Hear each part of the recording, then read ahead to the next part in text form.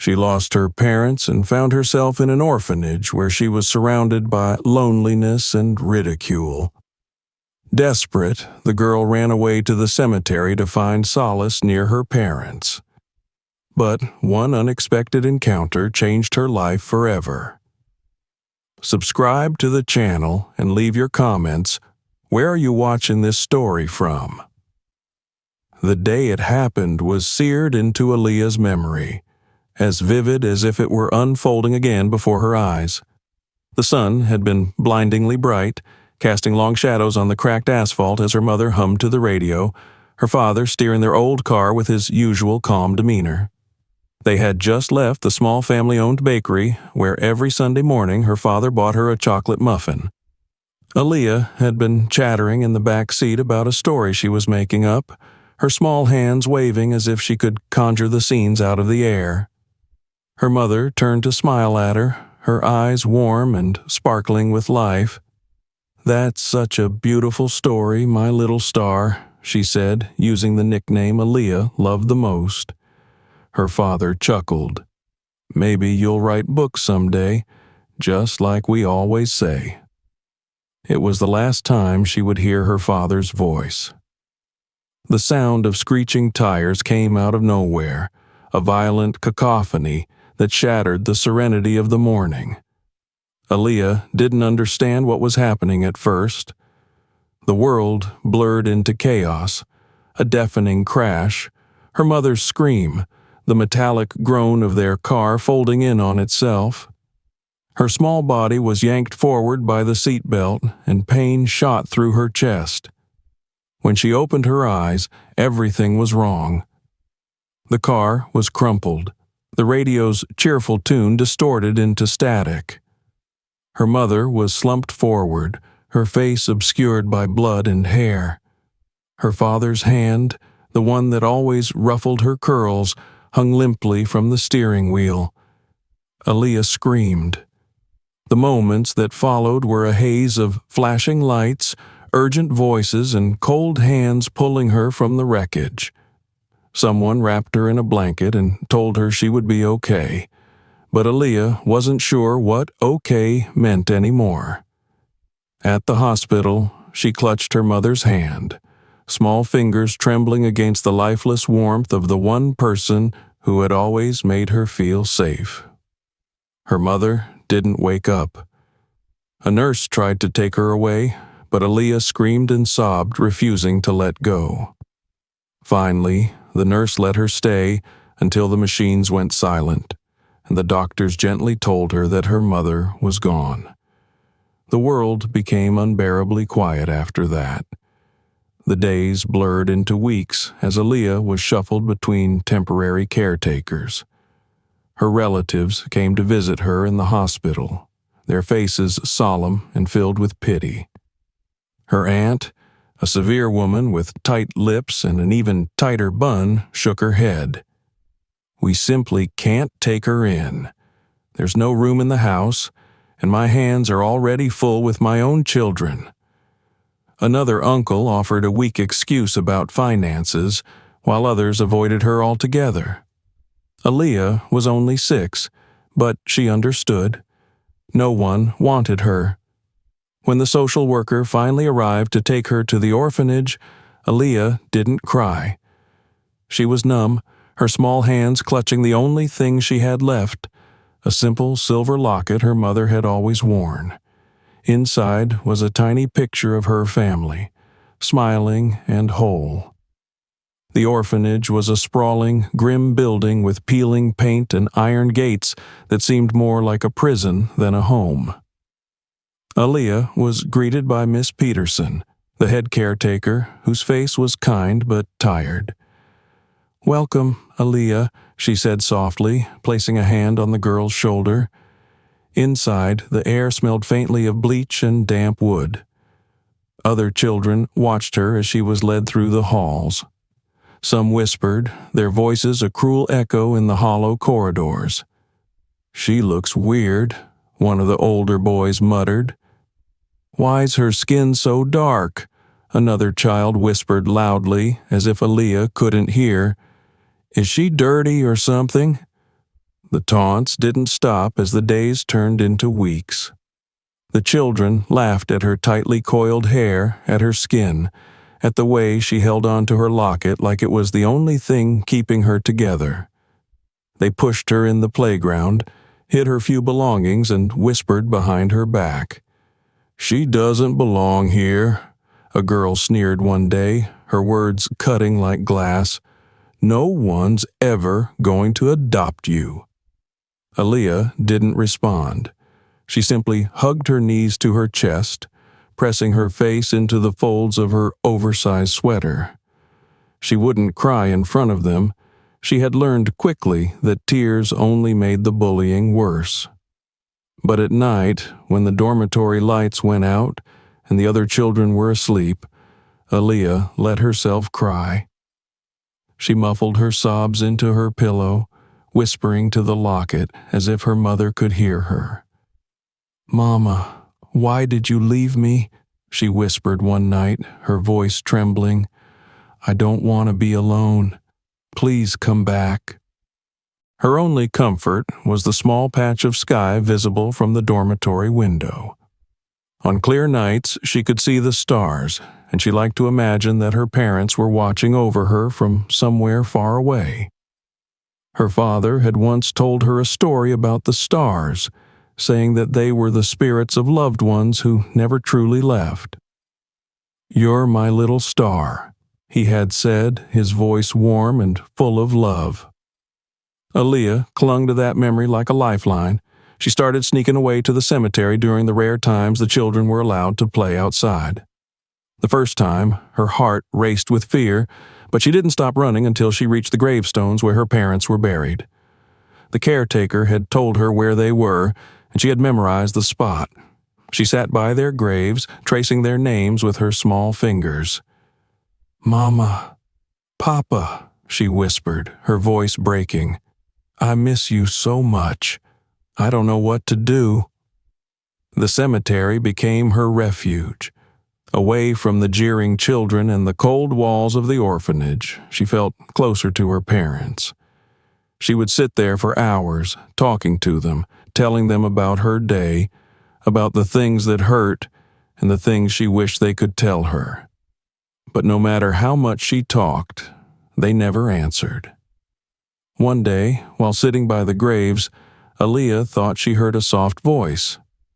Startled, she looked up, but there was no one there. The wind rustled through the trees, carrying with it a faint scent of flowers. She liked to think it was her mother trying to comfort her.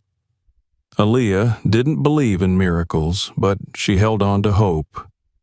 It was the only thing she had left. The cemetery was quiet, as it always was, with only the sound of the wind brushing through the trees and the occasional chirping of distant birds.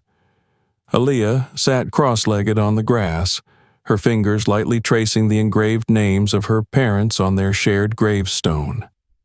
The sunlight filtered through the leaves, casting dappled shadows on her small figure. She spoke to the graves in a hushed voice, the way she might have whispered secrets to her mother late at night when she was still alive. "I miss you," she murmured, her voice trembling. "They're so mean at the orphanage, Mama. They say I'm not good enough, that no one will ever want me.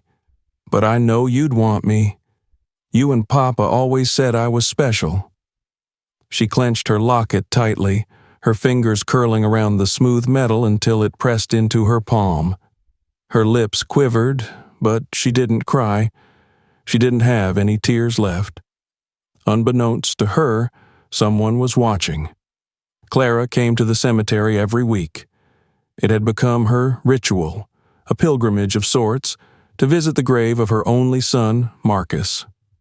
The cemetery was a place she both dreaded and cherished, for it held the last physical connection to the boy she had loved more than life itself.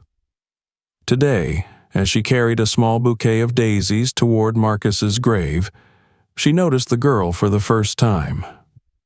Aaliyah was hunched over, her back to Clara, speaking softly to the gravestone in front of her.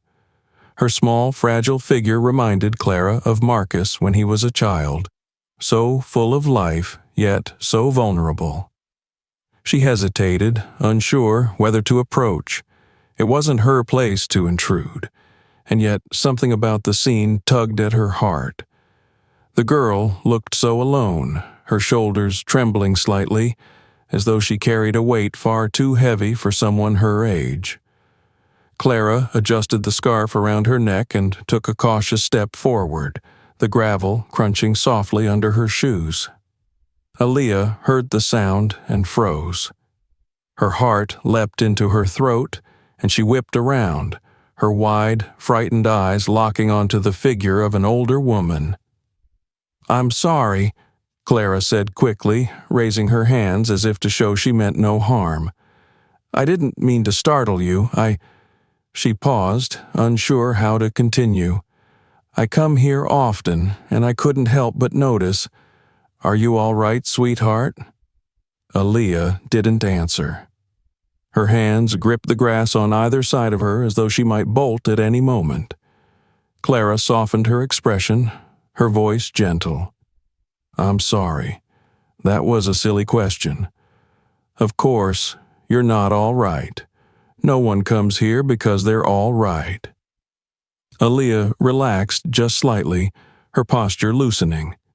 The woman's voice reminded her of her mother's, not the words, but the tone. Warm, caring, familiar. Clara took another small step closer and crouched to meet Aaliyah's eye level. Now that she was closer, she could see the streaks of dirt on the girl's face, the way her hair was tightly braided but slightly frayed at the ends, as though no one had taken the time to help her care for it properly. "I'm Clara," the woman said, offering a tentative smile.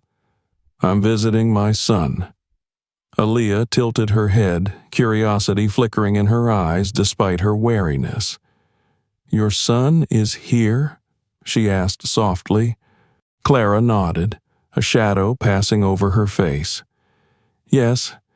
His name was Marcus. He was about your age when he passed away. It's been many years now, but I still like to come and talk to him. It makes me feel like he's still close by." For a moment, they sat in silence, the weight of their shared grief settling between them like an invisible thread binding their hearts. Finally, Aaliyah spoke. "I talked to my mama and papa, too." She glanced at the gravestone. "They're here. I don't think they can hear me, but it helps." Clara's heart ached at the quiet resignation in the girl's voice. She didn't have to ask why a child so young was visiting a grave. The answer was painfully obvious. "Do you come here often?" Clara asked gently. Aaliyah nodded. "When I can. I live at the orphanage, and they don't let us out much. But sometimes, when we go to the park, I run here instead. They don't notice." Clara frowned. The idea of this small child running alone through the city to visit a cemetery filled her with unease. "That sounds dangerous, sweetheart. Does anyone know you're here?" Aaliyah shook her head. "No one cares." The words were spoken so matter-of-factly that they hit Clara like a punch to the gut. She reached out instinctively, her hand hovering just above Aaliyah's shoulder before she hesitated. Would the girl even want comfort from a stranger? "I care," Clara said finally, her voice firm but kind. "You're not invisible, no matter what anyone else makes you feel." Aaliyah looked at her, searching her face for any hint of dishonesty. She didn't find any. For the first time in what felt like forever, Aaliyah felt a tiny flicker of warmth in her chest, a fragile ember that hadn't been there before. "I should go back," Aaliyah said after a moment, standing and brushing the dirt from her skirt. Clara wanted to stop her, to ask her to stay, but she knew she couldn't. Instead, she offered a small smile. "All right, but if you ever want to talk, I'll be here, every Saturday." Aaliyah hesitated, then gave a small nod. She turned and began to walk away, her small figure disappearing among the gravestones. Clara watched her go, a sense of heaviness settling over her heart. She couldn't explain it, but something about the girl stirred an ache deep within her, an ache she hadn't felt since the loss of her own child. As she made her way to Marcus's grave, she couldn't stop thinking about the girl. Who was she? What had happened to her family? And why, despite the short conversation they'd shared, did Clara feel as though their paths had crossed for a reason? That night, Clara lay awake in her bed, staring at the ceiling. Images of Aaliyah haunted her thoughts, the sadness in her eyes, the way she clung to her locket, the soft tremble in her voice. When sleep finally claimed her, it brought with it a dream. In the dream, Marcus stood in the middle of their old living room, bathed in a warm, golden light. He looked just as she remembered him, bright-eyed, full of energy, his smile as radiant as the sun. "Mom," he said, his voice gentle but insistent, "you have to help her." Clara frowned. "Help who, sweetheart?" "You know who," Marcus replied, his expression softening. "She needs you, just like I needed you." Clara's heart clenched. "I don't know if I can. It's been so long and "You can," Marcus interrupted, stepping closer. He reached out and placed something in her hand, a small silver locket, identical to the one she'd seen Aaliyah holding. "You were the best mom, don't you see? You still are." Clara woke with a start, her chest tight and her hand clenching the empty air where the locket had been in her dream. She didn't know what it meant yet, but she knew one thing for certain. She had to see Aaliyah again. Clara couldn't get Aaliyah out of her mind. The girl's sorrowful eyes, the way she clutched her locket, as though it were the only thing tethering her to this world. It all lingered with Clara long after she had left the cemetery. That night, the dream of Marcus replayed in her mind, vivid and unyielding. His words echoed in her ears. "She needs you, Mom, just like I needed you." The next Saturday, Clara returned to the cemetery earlier than usual, her heart heavy with anticipation. She brought 2 bouquets this time, one for Marcus and another for Aaliyah's parents. She didn't know if Aaliyah would come, but something told her to prepare. When Aaliyah appeared, slipping quietly between the gravestones like a shadow, Clara felt a pang of relief. The girl approached her parents' grave and sat down without noticing Clara at first. Her small frame seemed even smaller today, hunched against the cool morning breeze. Clara hesitated, unsure how to approach without startling her. Finally, she cleared her throat gently. "Hello, sweetheart," she said, her voice soft and careful. Aaliyah flinched, turning her head sharply. Her eyes widened slightly, but recognition softened her expression. "You're here again," Aaliyah said, her voice barely above a whisper. "I told you I'd be here," Clara replied with a small smile. She stepped closer, holding out the second bouquet. "I thought your parents might like some flowers." Aaliyah stared at the bouquet, her lips parting in surprise. Slowly, she reached out and took it, her fingers brushing against Clara's. "Thank you," she said, her voice cracking. She turned back to the grave and carefully arranged the flowers at the base of the headstone. Clara lowered herself to the ground beside Aaliyah, her knees protesting slightly as she settled onto the grass. For a moment, neither of them spoke. The silence between them was heavy, but not uncomfortable. It was the kind of silence that came from understanding, from shared pain. "They were good parents," Aaliyah said suddenly, her voice trembling. "Mama used to sing to me at night. She had the prettiest voice, and Papa always called me his little star. They said I could do anything, be anything." Clara nodded, her heart aching at the girl's quiet longing. "They sound like wonderful people," she said. "They must have loved you very much." Aaliyah swallowed hard, clutching her locket, They did, but they're gone now, and no one else does. Clara's chest tightened. She wanted to tell Aaliyah that she was wrong, that she wasn't alone, but she knew the girl's pain was too raw, too deep for words to fix. Instead, she reached out and placed a hand on Aaliyah's shoulder. "I'm here," she said simply. Aaliyah looked at her, her eyes glistening with unshed tears. For the first time, she didn't pull away. As the weeks passed, their meetings at the cemetery became a routine. Every Saturday, Clara would bring flowers, and Aaliyah would join her. They would sit together, sometimes talking, sometimes simply existing in each other's company. Clara learned more about Aaliyah's life in the orphanage. The stories the girl shared were a mixture of heartbreaking and infuriating. "They laugh at me," Aaliyah said one day, her voice bitter. "They say my skin is too dark, that I'm dirty. They hide my things, rip my clothes. Once they broke my favorite book, the one Mama gave me." Clara's hands tightened into fists. She had seen bullying before. Marcus had endured his share of it during his illness. But hearing it happen to a child as kind and fragile as Aaliyah made her blood boil. "Have you told anyone?" Clara asked. Aaliyah shook her head.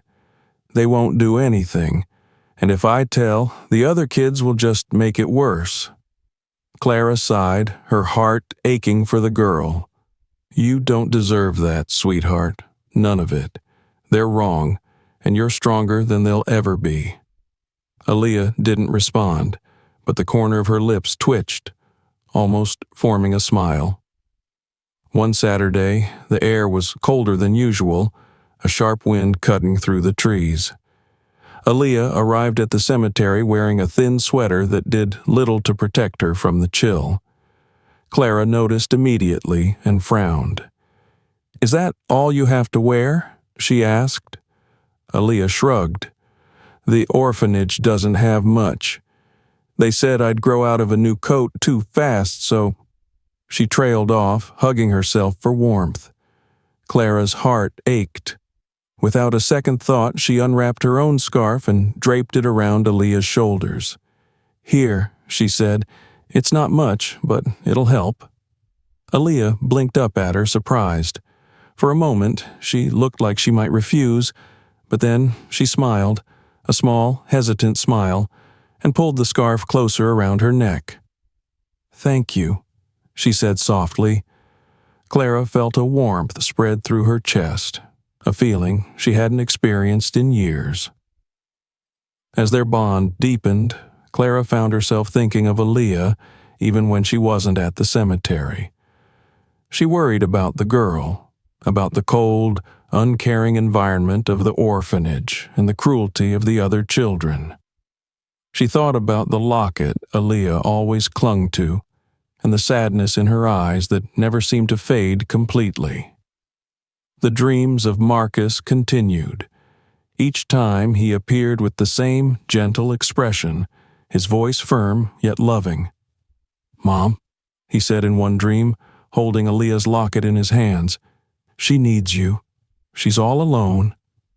"I don't know if I can," Clara replied, her voice breaking.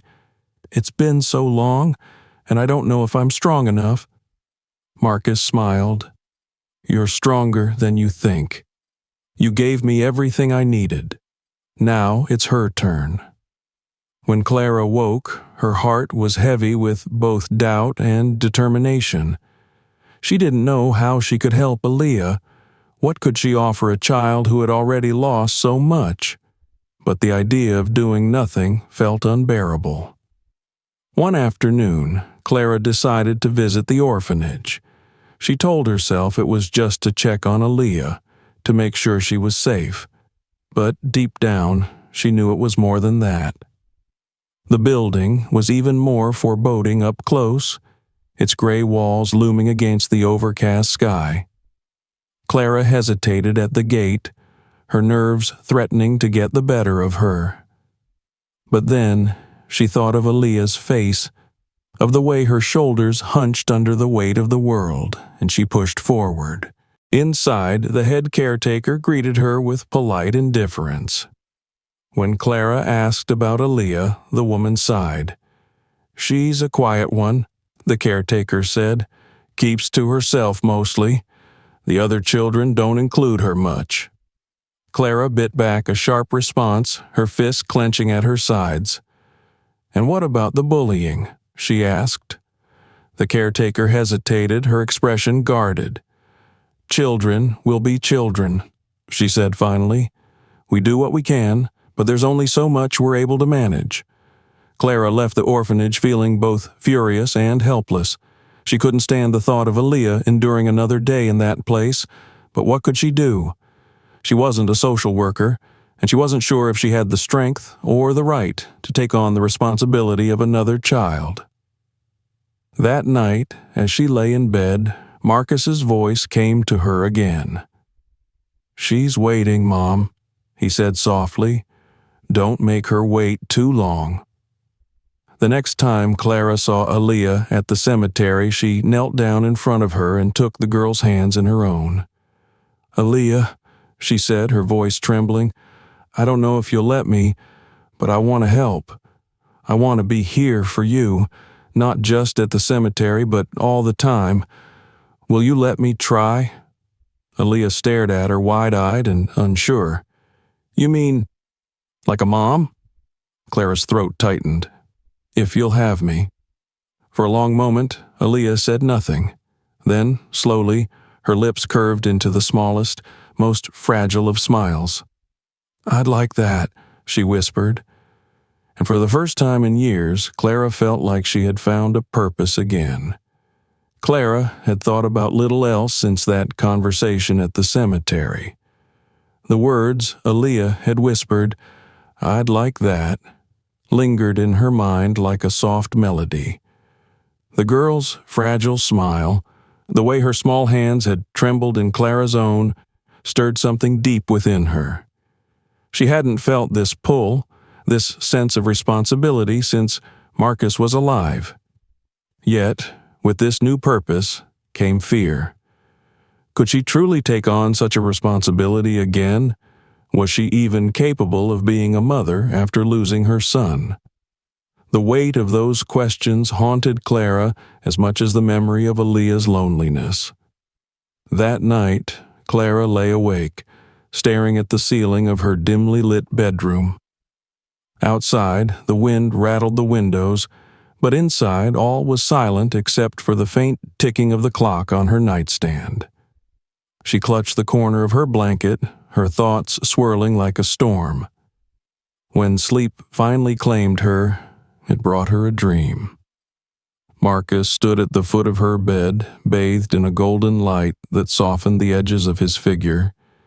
He looked just as she remembered him, 15 years old, with the same mischievous glint in his eyes and the gentle smile that had always made her feel like everything would be okay. "Mom," he said softly, his voice carrying both warmth and urgency. Clara sat up in the dream, her breath catching in her throat. "Marcus?" "You know what you need to do," he said, stepping closer. In his hands he held a small silver locket, the same one Aaliyah clutched so tightly to her chest at the cemetery. "I'm scared," Clara admitted, her voice trembling. "What if I can't do it? What if I fail her?" Marcus shook his head, his expression gentle but firm. "You won't. You gave me everything I needed, even when it was hard. You showed me what love is, and that's all she needs." Clara reached out, but Marcus was already fading, his figure dissolving into the golden light. His final words echoed in her ears. "She's waiting, Mom. Don't let her down." Clara woke with a start, her heart pounding in her chest.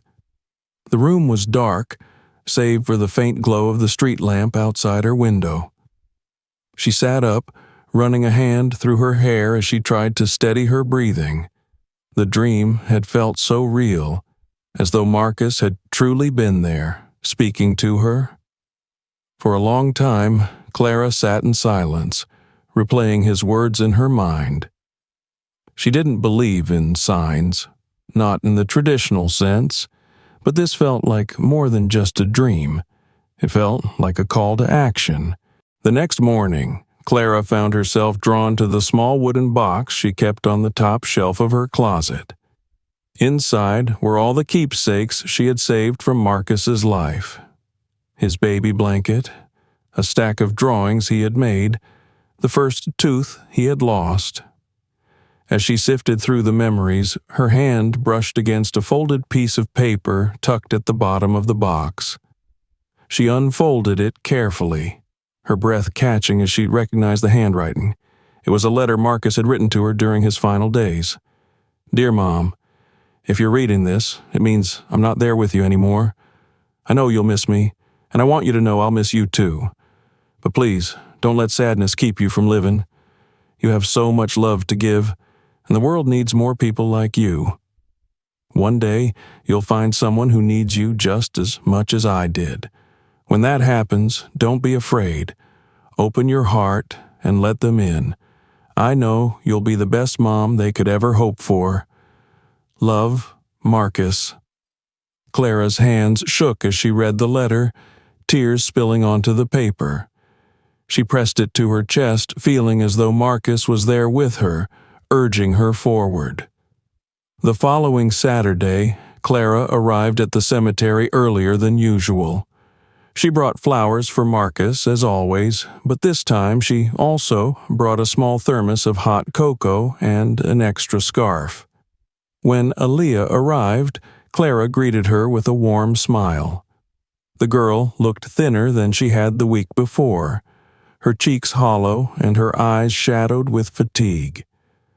"Hello, sweetheart," Clara said, kneeling down to her level. "I brought something for you." Aaliyah blinked in surprise as Clara handed her the scarf and the thermos. "It's cold out today," Clara explained. "This should help keep you warm." Aaliyah hesitated for a moment before accepting the gifts. She wrapped the scarf around her neck, the soft fabric a stark contrast to her threadbare sweater. "Thank you," she said softly, her voice barely audible. Clara watched as Aaliyah took a cautious sip of the cocoa. The girl's shoulders relaxed slightly, and for the first time, Clara thought she saw a flicker of light in her eyes. As they sat together by the graves, Clara found herself opening up in a way she hadn't in years. She told Aaliyah about Marcus, how he had loved to draw, how he had always found joy in the little things, even during his illness. "He used to call me his superhero," Clara said with a wistful smile. "But the truth is, he was mine. He taught me how to be brave, even when I didn't feel strong." Aaliyah listened intently, her gaze fixed on Clara's face. "I think your son would be proud of you," she said quietly. Clara's throat tightened. "Thank you, sweetheart. That means a lot." They sat in silence for a while, the weight of their shared losses settling around them. For Clara, it felt like a healing balm, as though the act of sharing her pain made it a little easier to bear. For Aaliyah, it was the first time in months that she felt truly seen. That night, Clara had another dream. This time, Marcus stood in the cemetery, his figure bathed in the soft glow of moonlight. Aaliyah was beside him, holding his hand. They both looked at Clara with the same gentle smile. "She's a lot like me," Marcus said, his voice filled with affection. "She's strong, even when she doesn't feel it, but she needs someone to remind her." Clara took a step toward them, her heart aching with longing. "I don't know if I can do it," she admitted. "What if I'm not enough?" Marcus shook his head, his expression firm. "You're more than enough. You always were." As the dream began to fade, Marcus's voice echoed in her mind once more. "Don't let her down, Mom. She's waiting." When Clara woke the next morning, she felt a sense of clarity she hadn't experienced in years. She didn't have all the answers, and she knew the road ahead wouldn't be easy. But for the first time, she felt certain of one thing. She couldn't ignore the connection she felt with Aaliyah. It wasn't just about helping the girl. It was about opening her heart again, about finding purpose in the love she still had to give. Clara didn't know how she would do it, but she was determined to find a way to bring Aaliyah into her life. As she stood by the window, watching the first rays of sunlight break through the clouds, Clara whispered a silent promise to Marcus. "I'll do my best, for her, and for you." Clara didn't wait long to act on the clarity that had dawned on her. The dreams of Marcus, the words of encouragement he had left behind in the letter, and the fragile hope in Aaliyah's eyes gave her purpose. She knew she couldn't keep meeting Aaliyah at the cemetery each week, giving her fleeting moments of comfort, only to send her back to the cold, unwelcoming orphanage. But Clara also knew that this journey wouldn't be simple. Her resolve was firm, but the path ahead was fraught with challenges. The first step was to better understand Aaliyah's world. Clara decided to visit the orphanage, though her heart was heavy with apprehension as she approached the building. It loomed large and gray under the overcast sky, its brick walls weathered with age. The metal gates creaked as she pushed them open, and the faint sound of children's laughter echoed somewhere in the distance. Inside, the atmosphere shifted. The interior was dimly lit, with scuffed floors and worn furniture that spoke of years of wear and limited resources. Clara's gaze darted to a group of children playing in the corner, their voices rising in bursts of laughter. But Aaliyah wasn't among them. A stern-looking woman greeted her at the front desk. "May I help you?" the woman asked, her tone polite but distant. Clara cleared her throat, trying to steady her nerves. "Yes, I'm here to speak with someone about one of the children. Her name is Aaliyah." The woman's brows lifted slightly, but she didn't ask any questions. Instead, she gestured toward a small office at the end of the hall. "You'll want to speak with Miss Timmons, our head caretaker. She handles most inquiries." Clara thanked her and made her way down the hall. As she walked, she couldn't help but notice the faint smell of bleach and the muffled sounds of children's chatter. She passed a doorway and caught a glimpse of a small group of kids sitting at a table, hunched over coloring books.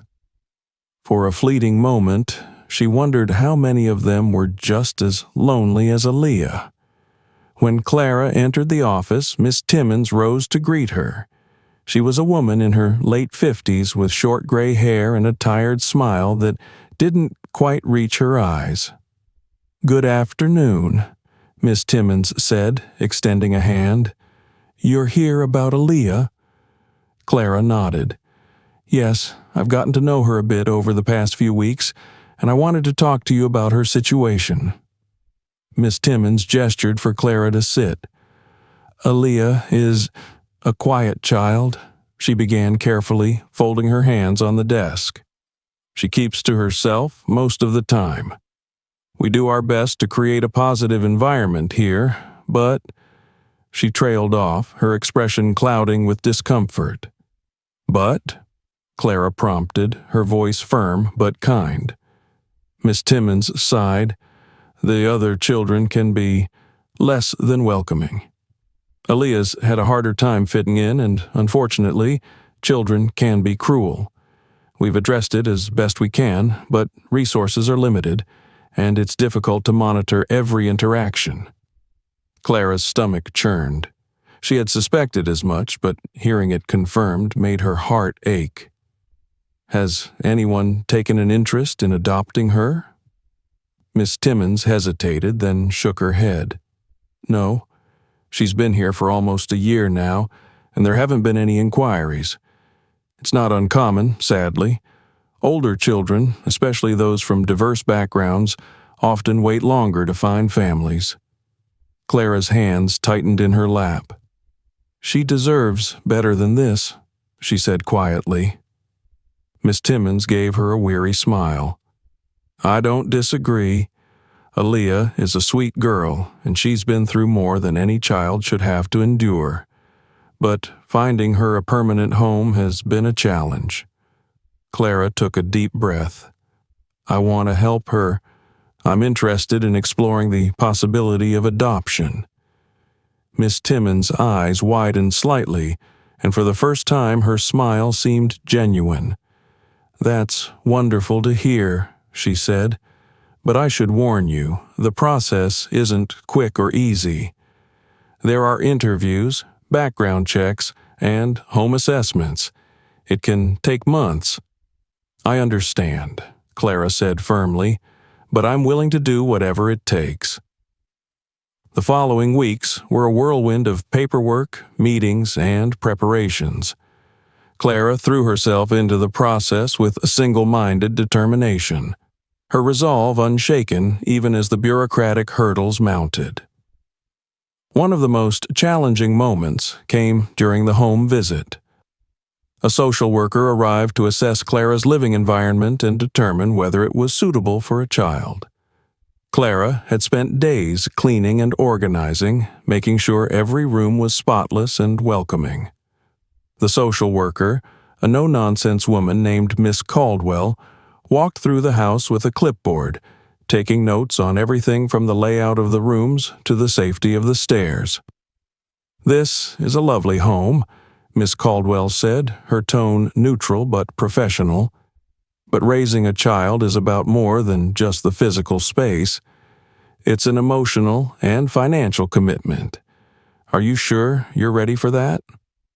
Clara met her gaze, her voice steady. "I've spent the past few years grieving my son, and in that time, I've learned how much love I still have to give. Aaliyah needs someone, and I believe I can be that someone for her." Miss Caldwell studied her for a moment before nodding. "I'll include that in my report." Meanwhile, Clara continued visiting the cemetery every Saturday. She didn't tell Aaliyah about the adoption process, afraid of raising the girl's hopes only to have something fall through. Instead, she focused on building their bond. One chilly afternoon, as they sat together by Aaliyah's parents' grave, the girl turned to Clara with a hesitant look. "Why do you care so much about me?" Aaliyah asked. "No one else does." Clara's heart ached at the vulnerability in the girl's voice. She reached out and gently took Aaliyah's hand. "Because I see you," Clara said softly. "I see how brave you are, even when things are hard. I see how kind and smart you are. And I see how much love you have to give, even when you feel like you don't have enough for yourself." Aaliyah looked down at their joined hands, her eyes glistening with unshed tears. "I'm scared," she admitted. "What if I get my hopes up, and then everything goes wrong?" Clara squeezed her hand. "I can't promise everything will be perfect, sweetheart. But I can promise I'll do everything I can to be there for you. You're not alone anymore." For the first time, Aaliyah leaned into Clara's embrace, resting her head on the older woman's shoulder. The day the adoption was approved, Clara wept. She sat in her car outside the orphanage, clutching the official paperwork to her chest, her tears a mixture of joy and relief. When she walked through the gates, the children in the yard paused to stare.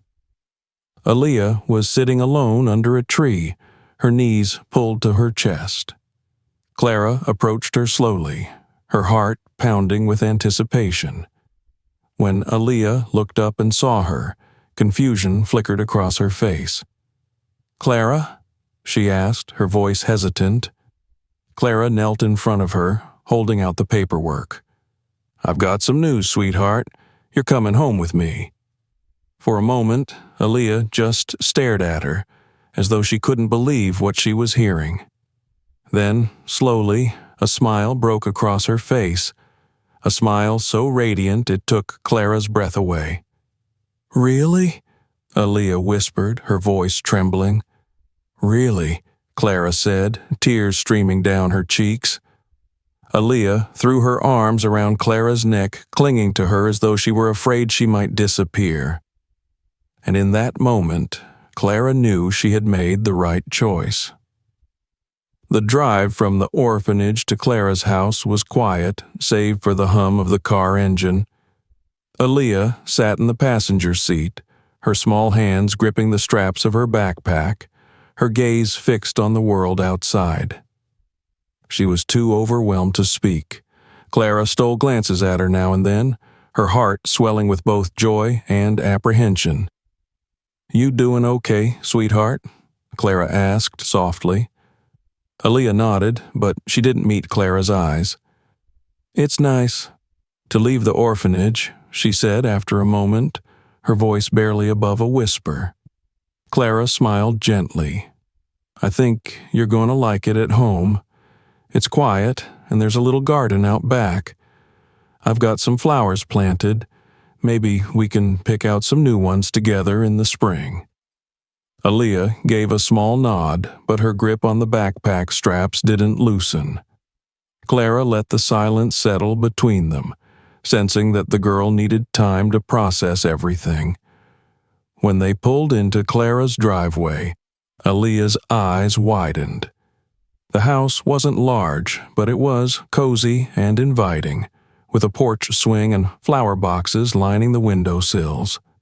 Clara noticed the way Aaliyah's gaze lingered on the swing, as though she were imagining what it might feel like to sit there. "Come on in," Clara said, opening the front door.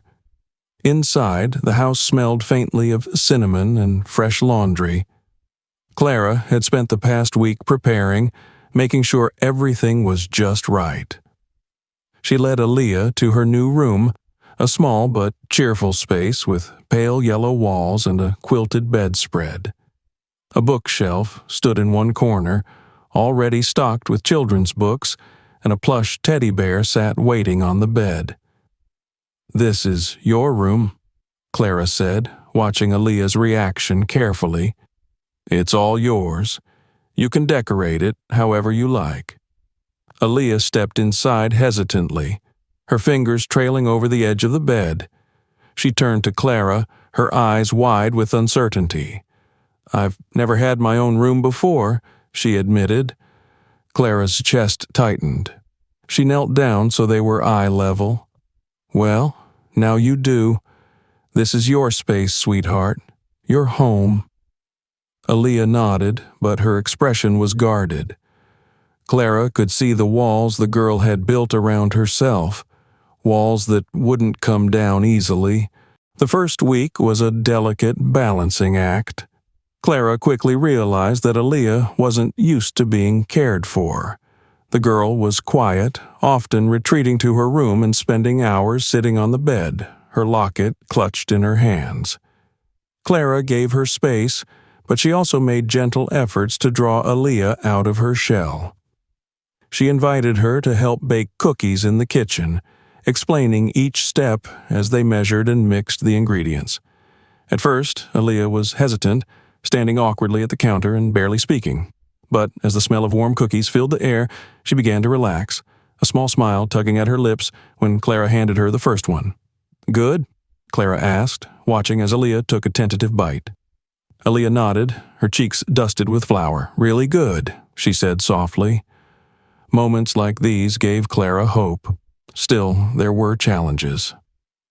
One night, Clara heard muffled sobs coming from Aaliyah's room. She knocked gently on the door before pushing it open, finding the girl curled up under the covers, her shoulders shaking. "Sweetheart, what's wrong?" Clara asked, sitting on the edge of the bed. Aaliyah didn't answer at first. Then, in a trembling voice, she said, "I'm scared you'll leave me." Clara's heart broke at the raw vulnerability in Aaliyah's words. She reached out and gently brushed a strand of hair from the girl's face. "I'm not going anywhere, Aaliyah," Clara said firmly. "You're stuck with me, whether you like it or not." Aaliyah managed a small, watery laugh. "Promise? Promise? Clara said, pulling her into a hug. The turning point came one afternoon when Clara took Aaliyah to the local park. It was a crisp autumn day, the trees ablaze with red and orange leaves. Clara brought a picnic blanket and a basket of sandwiches, hoping the outing would help Aaliyah feel more at ease. As they sat under a large oak tree, Aaliyah suddenly spoke. "I used to come to the park with Mama and Papa," she said, her voice distant. "They'd push me on the swings, and we'd have picnics like this. It was my favorite thing." Clara placed a gentle hand on Aaliyah's back. "I bet they loved those moments just as much as you did." Aaliyah nodded, her fingers tugging at a loose thread on the blanket. "I miss them so much. Sometimes I think about them all the time, and it hurts so much I can't breathe. But then other times I feel like I'm forgetting them, and that hurts even more." Clara's throat tightened. "You don't have to worry about forgetting them, sweetheart. They'll always be a part of you, in your heart, in your memories. And I'm here to help you keep those memories alive." For the first time, Aaliyah leaned against Clara, her small frame relaxing into the older woman's side. As the weeks turned into months, Aaliyah began to settle into her new life. She laughed more, smiled more, and started to trust that Clara wasn't going to leave. Clara enrolled her in a nearby school, where Aaliyah quickly proved to be a bright and curious student. There were still moments of doubt and fear, nights when Aaliyah woke up crying, haunted by nightmares of the accident, or days when she withdrew into herself, unable to shake the weight of her grief. But Clara was patient, always there to offer comfort and reassurance. One evening, as they sat together on the porch swing, Aaliyah spoke up. "Do you think Mama and Papa would be okay with me being here? With you?" Clara's chest tightened. She wrapped an arm around Aaliyah's shoulders, pulling her close. "I think they'd be so proud of you," Clara said. "And I think they'd be happy knowing you're safe and loved." Aaliyah nodded, her head resting against Clara's shoulder. "I think so too." The bond between them grew stronger with each passing day. Clara found herself rediscovering the joys of motherhood, while Aaliyah began to believe that she was worthy of love and happiness. Together, they built a life that, while not perfect, was filled with warmth, laughter, and the promise of a brighter future. For both of them, it was a second chance, a chance to heal, to grow, and to find the family they had lost in each other.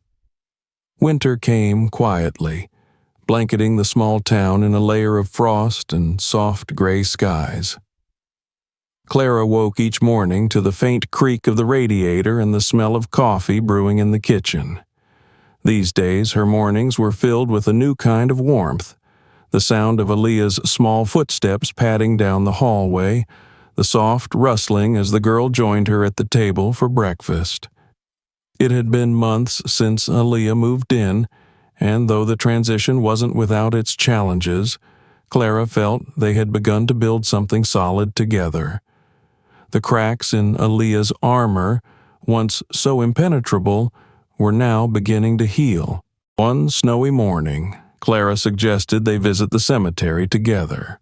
It wasn't the first time she'd brought it up, but until now, Aaliyah had always hesitated, unsure if she was ready. This time, however, Aaliyah nodded. "I think I'd like that," she said softly. The cemetery was quiet, the snow muffling the sound of their footsteps as they walked. Clara carried a bouquet of flowers, bright yellows and soft purples that stood out against the winter landscape. When they reached the graves, Aaliyah stood still for a long moment, staring at the headstones etched with her parents' names. Her breath came out in soft clouds, and Clara could see the tension in her small frame. Finally, Aaliyah knelt down, brushing the snow from the base of the gravestone. She placed her hand on the cold stone, her fingers trembling slightly. "Hi, Mama. Hi, Papa," she whispered, her voice wavering. I wanted to tell you something. I'm living with Clara now. She's nice. She makes me cookies, and she lets me pick books from the library, and she hugs me when I have bad dreams." Clara stayed back, giving Aaliyah space as the girl continued. "I miss you," Aaliyah said, her voice breaking. "I miss you so much. But I think you'd be okay with me being here. I think you'd like Clara." Tears rolled down her cheeks, but this time she didn't try to hold them back. Clara knelt beside her, placing a gentle hand on her shoulder. "They'd be so proud of you, sweetheart," Clara said softly. "I know it." Aaliyah turned to her, her eyes glistening with tears. "Do you think they know? That I'm okay?" Clara nodded, her own eyes filling with emotion. "I think they do. And I think they're so happy knowing you're safe and loved." After visiting Aaliyah's parents' grave, they walked to Marcus's resting place. Clara placed the bouquet on his headstone, her hands lingering on the flowers as she whispered, "Thank you, sweetheart, for guiding me to her." Aaliyah watched quietly, her gaze shifting between the grave and Clara. "What was he like?" she asked.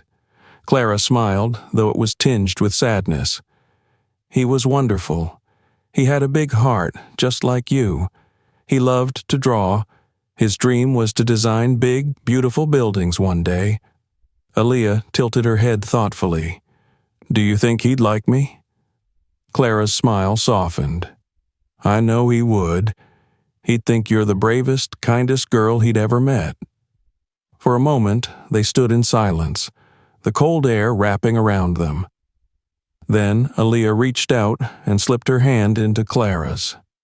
"I'm glad I have you," she said quietly. Clara's throat tightened, and she squeezed Aaliyah's hand. "I'm glad I have you too." The drive home was quiet, but not heavy. There was a sense of lightness between them now, as though they had both let go of something they'd been holding on to for too long.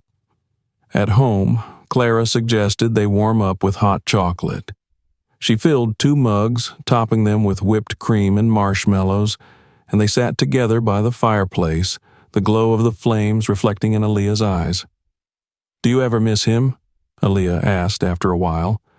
"Every day," Clara admitted, "but I also carry him with me in my heart. And now I have you too." Aaliyah smiled, a small but genuine smile. "I think they'd all be happy for us, your son and my mama and papa.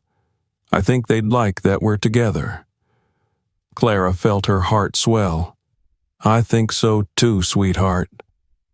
The weeks that followed were filled with quiet but meaningful moments. Aaliyah helped Clara decorate the house for Christmas, carefully hanging ornaments on the tree and giggling when Clara insisted on putting a Santa hat on the family dog. They built snowmen in the yard, their laughter echoing in the crisp winter air.